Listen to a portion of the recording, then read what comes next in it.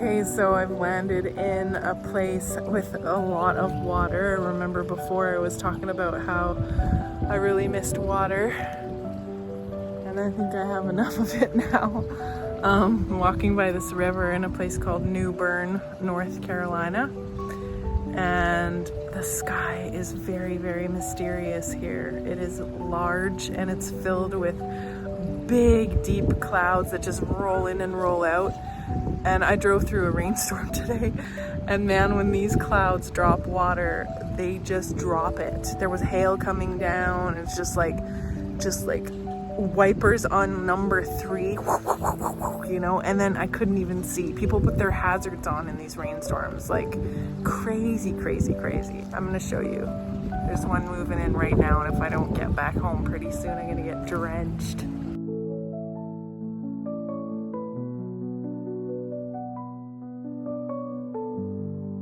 So here I am walking down the street in New Bern, North Carolina, which was established in 1710 and was the original capital of North Carolina.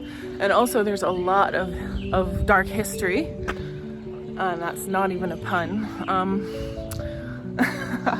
in this place. There's a lot of dark history, which I'll describe later. But the interesting thing about this town is that it appears to be a town, but the core part of it has like bed and breakfasts, a couple of little cafes, restaurants. It's got a city hall and, you know, some administrative buildings and law buildings, but it's not like a normal town. It doesn't have, you know, a lot of coffee shops, a movie theater, convenience stores. There's not a convenience store anywhere in sight.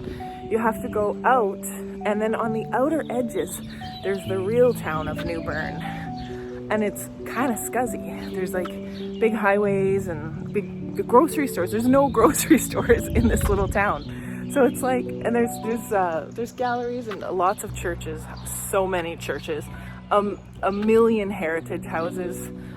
And it's like they've designed the town to kind of keep out anything that might influence the perfection of this image, you know? Like convenience stores are where people hang out.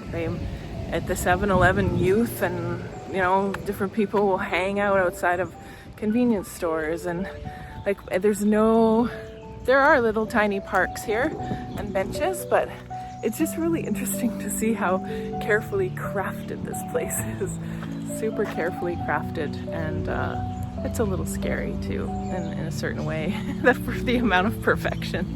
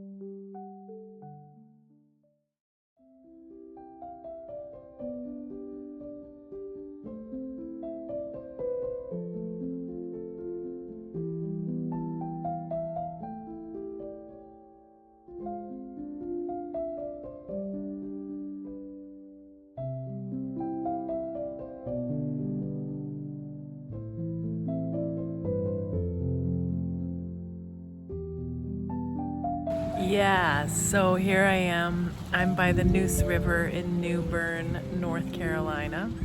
I am out for an evening walk. It's a very beautiful river walk in this small and historic and charming town.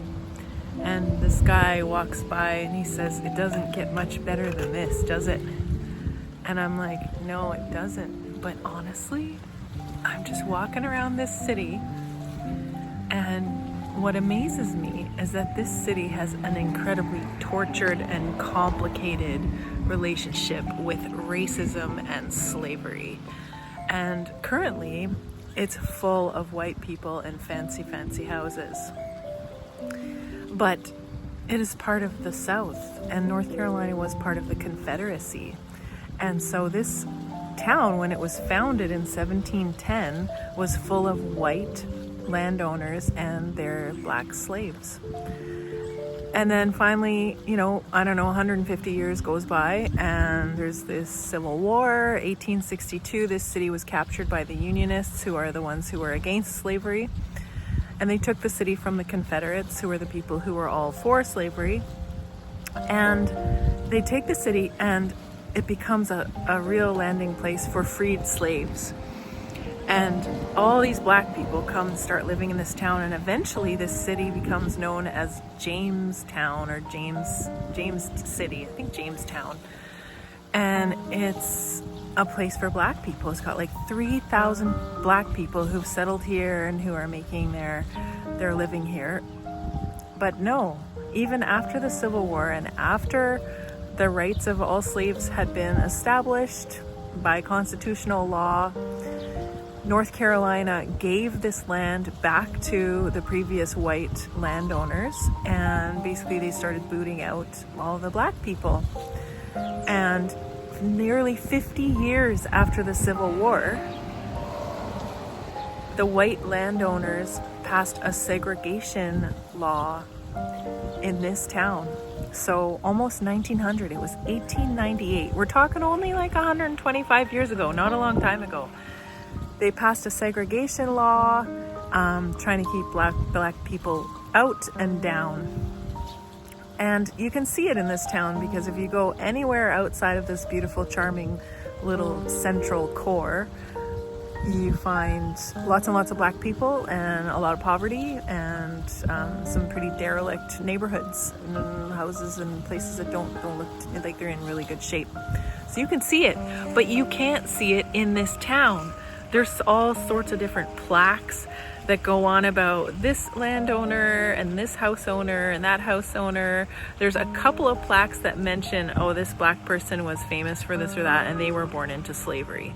So there's a couple, but there's no reconciliation plaque. There's nothing here saying this was a hotbed of racism and slavery. There's nothing here that recognizes that sordid history. There's nothing here that says this is what happened here and we're so sorry. And honestly, coming from Canada, where there's like a truth and reconciliation process that some may agree is great or not, but the first part of reconciliation happens with truth and truth telling. And it's really important for places like this to own their past, not just whitewash it. Like, there's just nothing about it at all. Nothing saying that was wrong, that's not the way things should be. And when you don't own it and say that's not the way things should be, then what happens is that it becomes a little bit okay. It's like these houses could be full of people that still believe that it's okay, that segregation and slavery and domination of other races are somehow okay. I'm not saying they are, but it could be. So it's a really interesting place to be around. It's beautiful, and also just really dark past.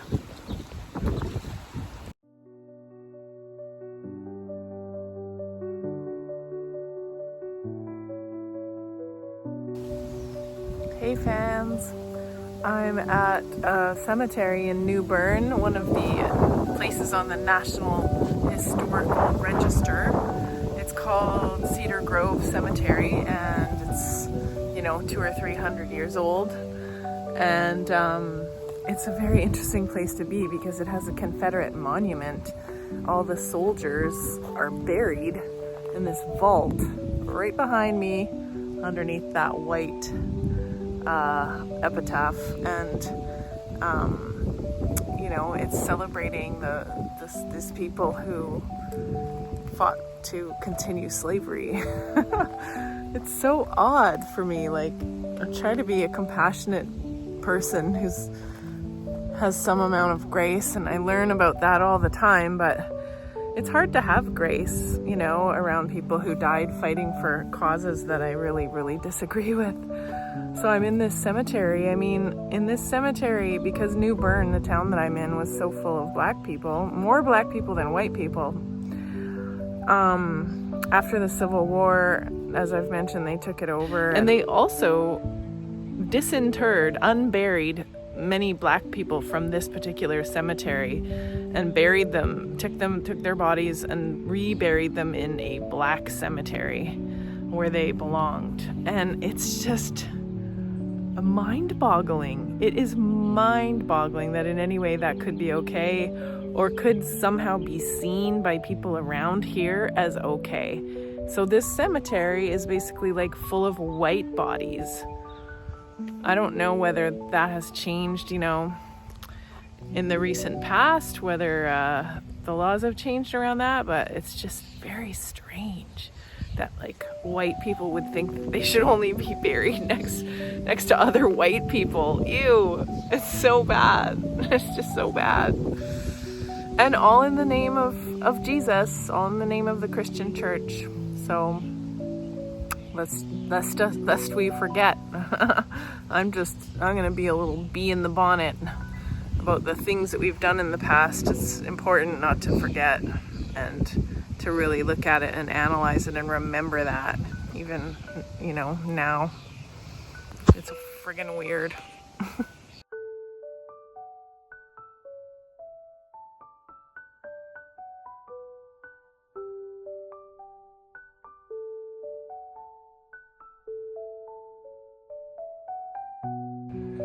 I love looking at the way people choose to be buried. There's this couple behind me, they're buried in a bunker with a sealed rusty door for the rest of eternity. I'm like, I wonder if the wife was in on the planning for that. Yeah, and some people have interesting little houses and brick houses, and other ones have tables monumented over their gravesite. Some are like whole families crammed into tiny little crypts. I'm like, wow, that's really close for comfort, even if you're just a soul, you know. It's crazy. Okay, so I went to the entrance of this graveyard and there was a plaque that did talk about how they unburied a bunch of people and then reburied them somewhere else because of the color of their dead skin. And it was good that the plaque acknowledged that, but there wasn't any reparation or apology, which I also find interesting. It's like everything is literally whitewashed here. Yeah.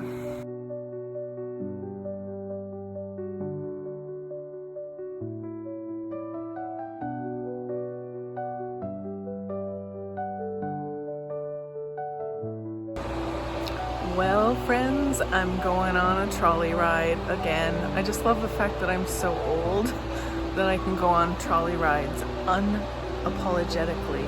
It's not that I don't walk. I walk a lot. I've walked like 100 miles in and around this town. But this trolley is going to show me a little bit of history of this historic town. And then I'm going to be able to rest my legs in air-conditioned paradise while I do that.